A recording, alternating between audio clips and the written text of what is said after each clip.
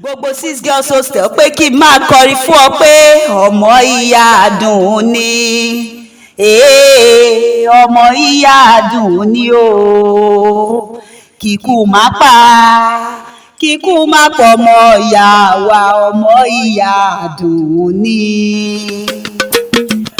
Olúbùkọ́lá Oríyọmí okú ọdún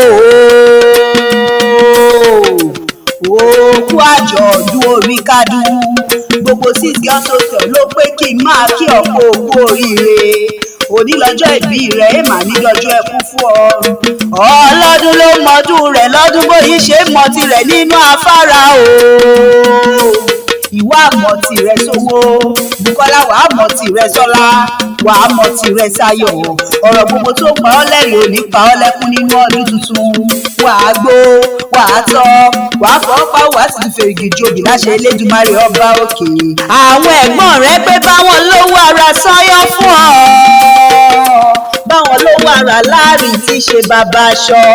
wọ́n pé báwọn lówó ara ní tí í ṣe bàbá lẹ̀kẹ̀ wọ́n pé kú ló ń bẹ lóde ìyẹn ayàgò fún ọ nínú ọdún tuntun àrùn ló ń bẹ lóde abìlà fún ọ nínú ọdún tuntun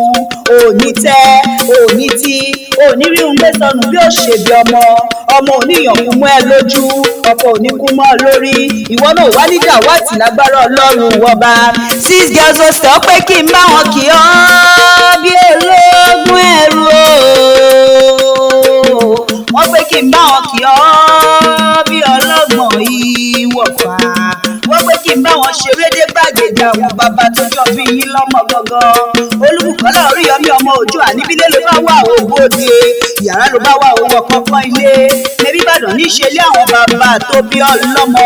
Bùkọ́lá nílé ọmọ wọn nìbàdàn Mèsì ọ̀gọ̀ nílé Olúyọ̀lé ìwọ lọmọ ajẹgbí yóò fi ìkara òun fọ́rí mu ìlú Ògúnmọ́lá ológbòjò kẹ̀rí lójú ogun ìlú Àjàyí ògbórí ẹ̀fọ̀n sá fílàfílà ìlú Látòsà Ààrẹ Ọ̀nà Kakanfò Àgbàlá Ògúnmọ́lá ti tó kòkó sáré torí Àgbàlá Ògúnmọ́lá jogún bàbá ẹlòmíràn lọ Ìbàdàn májà bíi tójó kọ́ o èyí tó jà ládùúgbò gbogbo lógun Ìbàdàn kúre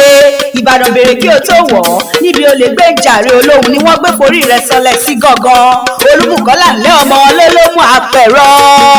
ìwọ lọmọ Olúwo kọ̀ọ̀kan ló ṣe dúdú ló ṣe pupa bó ṣàyìnrí Olúwo kọ̀ọ̀kan nílé bàbá tó bí ọlọ́mọ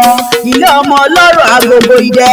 òwú iyán ló mú odò tu àṣẹ̀ṣẹ̀kú iyán ló mú odò tu bá ń tẹ́ nínú ilé bàbá tirẹ̀ bẹ́wúrẹ́ yín bá sọnù lólómù apẹ̀rán kí wọ́n má fi lọ ọ́ torí wọn kì í ṣẹgbẹ́ bàbá gbẹ́ràn adìẹ òkèpè ló sọnù lólómù apẹ̀rán apẹ́ kí wọ́n má fi lọ ọ́ mọ́ torí wọn kì í ṣẹgbẹ́ bàbá gbẹ́yẹgbẹ́yẹ àmọ́ bọ́mọ kó bá rọ̀gbọ̀dọ̀ bá sọnù lólómù apẹ̀rán ti yín wọ́n pé kí wọ́n má rẹ́ lẹ́sẹ̀ wá ẹlẹ́ṣin nìkan rán wá sílé bàbá tó bí ọlọ́mọ gangan Olúbùkọ́lá Oríyọmí okú ọdún ó sì kú àṣeyẹ tọjọ́ tòní ìwòyí àmọ́dún mo pé wòyí àmọ́dún a ó jọ péjú ṣèmí sí nínú ọlá